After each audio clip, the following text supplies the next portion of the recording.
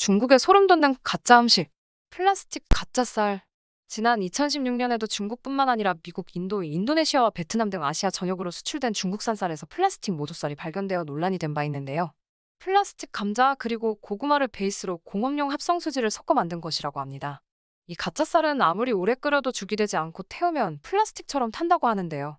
그런데 최근 또다시 칭다오 자오저우시에서 플라스틱이 든 쌀을 가족들과 함께 먹고 분노해 이를 공론화하려 SNS에 올린 사진이 다시 논란을 일으키고 있습니다.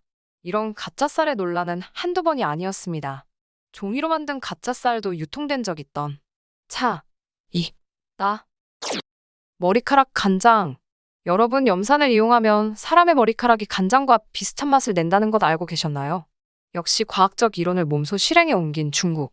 중국 전역의 미용실에서 나온 머리카락을 모아 간장을 만들어 팔던 공장이 적발된 사건이 있었는데요. 간장의 원료인 콩은 아미노산이 포함되어 있는데요. 이는 사람의 머리카락의 대부분을 차지하는 성분입니다.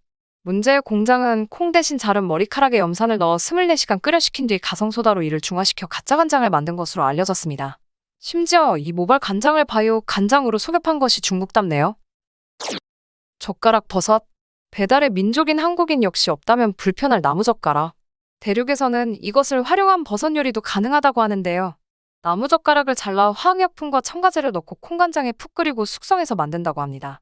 쫄깃쫄깃한 식감이 그렇게 맛있을 수 없다는 대륙표 목재버섯. 타이어가 아니고 나무라서 다행이네요. 비닐 미역? 포장된 상태였을 때는 영락없는 잘 마른 미역으로 보이는데요. 이것 역시 미역이 아니었습니다. 검정 비닐이었죠. 미역을 아무리 장시간 불려도 불려지지 않아 이상한 나머지 이를 알게 되었다는데요. 모르고 먹었다면 그냥 미역이라 생각하고 먹었을 만큼 식감조차 비슷했나 봅니다. 이 가짜 미역은 폴리에틸렌과 폴리어머 비닐을 이용해 만들어진다고 합니다. 미역인 척하는 검정 비닐을 들키고 싶지 않은 치밀함과 열정의 박수를 보냅니다. 사람 잡는 버블티. 저도 중국에 여행 갔을 때 제일 많이 먹었던 쩐쭈나이차라고 하는 타피오카 같은 밀크티인데요. 보통 타피오카 펄은 열대식물의 뿌리에서 채취한 녹말을 뭉쳐서 만듭니다. 중국 각지에서 이 타피오카 밀크티를 먹고 저승 문 앞까지 구경하고 온 사람들이 많다는데요. 6개월 전 먹은 펄이 기관지로 잘못 넘어간 후 녹지 않고 폐에 남아 심각한 폐 손상을 일으킬 뻔하였다고 한 사람도 있으며 또 한 소녀는 복통에 시달려 병원으로 이송돼 100여 개의 알갱이들이 위장에 잔뜩 쌓여있는 엑스레이 사진을 보고 경악을 금치 못했습니다. 알고 보니 타피오카 펄의 왕과 절감을 위해 폐타이어와 고무, 낡은 신발 가죽을 이용해 만든 것이었습니다. 먹으면 소화가 되지 않고 위장 속에 그대로 남아있는다고 하니 정말 끔찍스럽네요. 예로부터 우리나라 어르신들이 늘 하시던 말씀이 생각나네요. 먹을 걸로 장난치면 천벌 받는다. 영상 시청해주셔서 감사합니다.